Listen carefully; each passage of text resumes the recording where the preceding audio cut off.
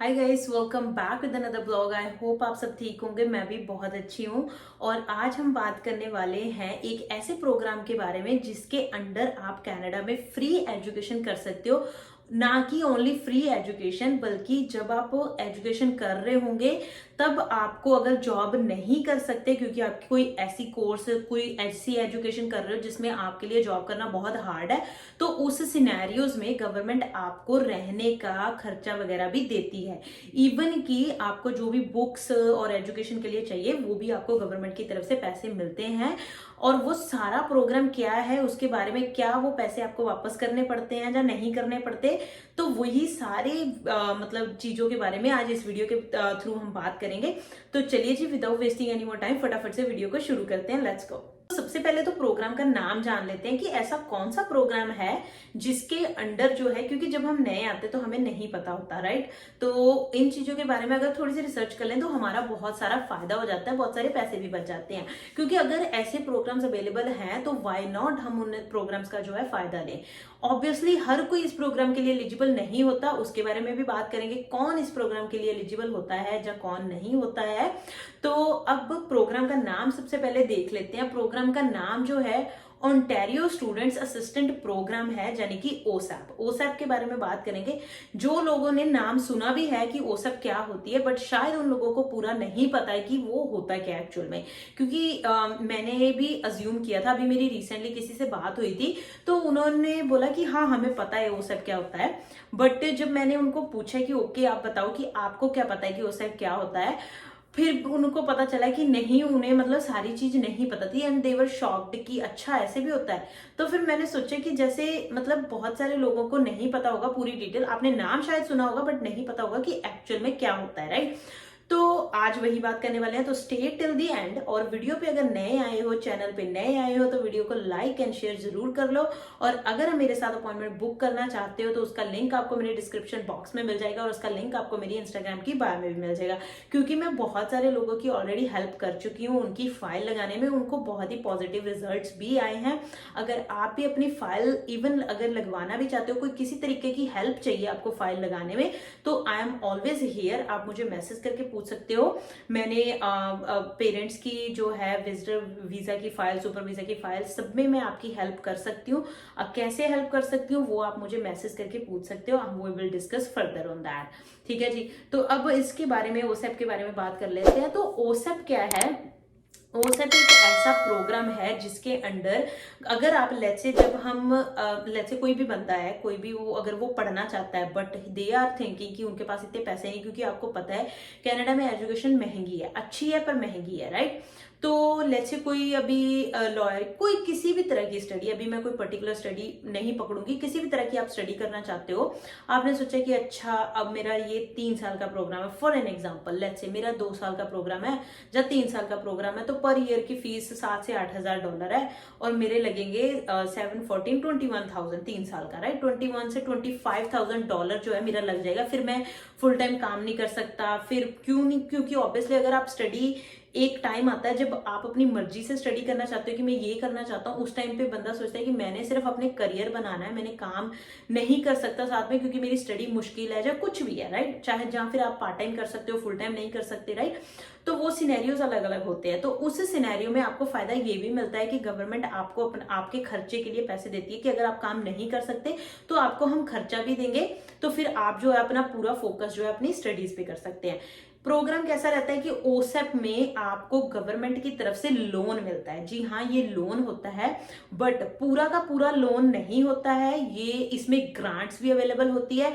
ओसेप is a loan but जब आप ओसेप के लिए अप्लाई करते हो तो ऑटोमेटिकली आपका जो है ग्रांट्स के लिए भी आप अप्लाई कर देते हो। वैसे तो बहुत सारे ऐसे कॉलेजेस होते हैं जहां पे उन्होंने फाइनेंशियल एडवाइजर बिठाए हुए होते हैं जो आपको गाइड कर देते हैं। अगर आप इस प्रोग्राम के बारे में, फाइनेंशियल प्लान्स होते हैं या कुछ भी है वो आपको बता देंगे। वो आपको बता देंगे कि आपको पे कब करना है, जहां आप लोन आपको मिल रहा है, जहां आपको ग्रांट्स मिल रही है।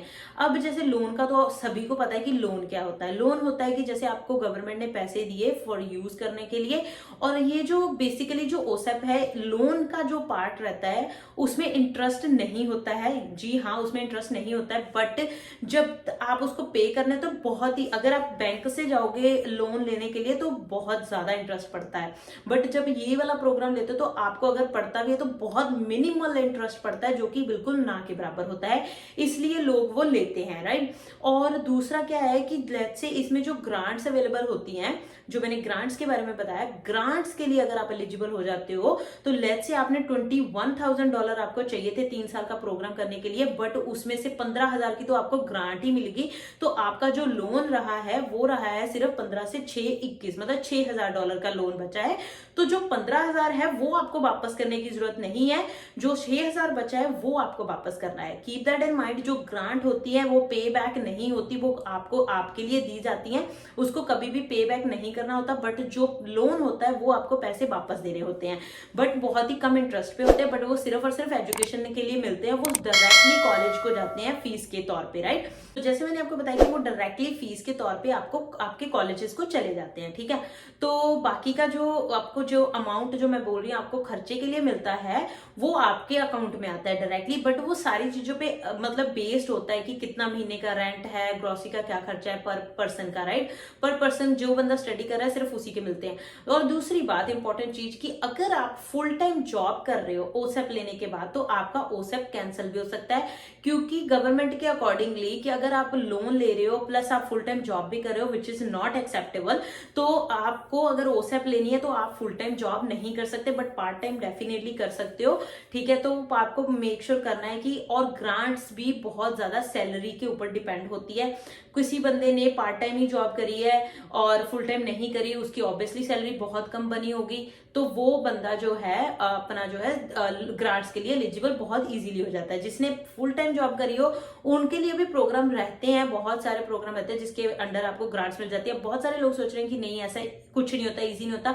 मैंने पर्सनली देखा है, मैं पर्सनली भी कोर्स करने का एक सोच रही थी, तो मैंने उसके लिए अप्लाई किया था, मैं एलिजिबल भी हो गई थी, बट फॉर सम रीजन मैंने नहीं प्रोसीड किया, बट मेरा अप्लाई हो चुका था, अप्रूव भी हो गया था, बट मैंने प्रोसीड नहीं किया था, इसलिए मुझे पता है कि ऐसा होता है। और हाँ, जैसे सॉरी मैंने बीच में बात रहेगी, जो हम बात कर रहे थे कि फाइनेंशियल एडवाइजर जो होते हैं मतलब बैठे होते हैं आपकी फाइनेंस में हेल्प करने के लिए, इन द सेंस कि आपकी फीस वगैरह में, खर्चे वगैरह में हेल्प करने के लिए, वो गवर्नमेंट की एक्चुअल तरफ से होते हैं, not from the college side, क्योंकि ये जो फंडिंग है ये गवर्नमेंट की तरफ से होती है, तो वो गवर्नमेंट के ही एम्प्लॉयज होते हैं जो कॉलेजेस के अंडर बैठे होते हैं, हर कॉलेज में नहीं होते हैं।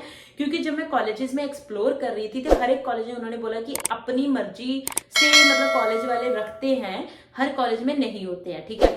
आपको जो ओसेप है वो खुद अप्लाई करनी पड़ती है ontario.ca की वेबसाइट पे। कॉलेज, जिस भी कॉलेज में आप अगर कोई कोर्स लेना चाहते हो उस कॉलेज से कंसल्ट करो कि मुझे अपना ओसेप अप्लाई करना है, तो कैसे कर सकते हैं, वो आपकी हेल्प जरूर कर देंगे, बट अप्लाई आपको खुद करना पड़ता है, ठीक है। और हाँ, अब लास्ट में बारी आती है, जैसे मैंने आपको स्टार्टिंग में बोला था कि मैं बताऊंगी कौन अप्लाई कर सकता है कौन नहीं कर सकता। तो बात ये है कि अप्लाई करने के लिए आपको पीआर होना बहुत जरूरी है। अगर आप पीआर हो कनाडा के तब भी आप इस प्रोग्राम के अंडर एलिजिबल होते हो ओसेप लेने के लिए, अदरवाइज नहीं होते हो, ठीक है। क्योंकि जब आप पीआर होते हो तो आप एक डोमेस्टिक स्टूडेंट हो कनाडा के, अगर आप स्टडी करना चाहते हो तो उसको as a domestic student count किया जाता है। तो गवर्नमेंट को डोमेस्टिक पर्सन को लोन देना बहुत इजी रहता है एज कम्पेयर टू जो इमिग्रेंट है, जो अभी जिसका कोई परमानेंट स्टेटस नहीं है कनाडा में, ठीक है।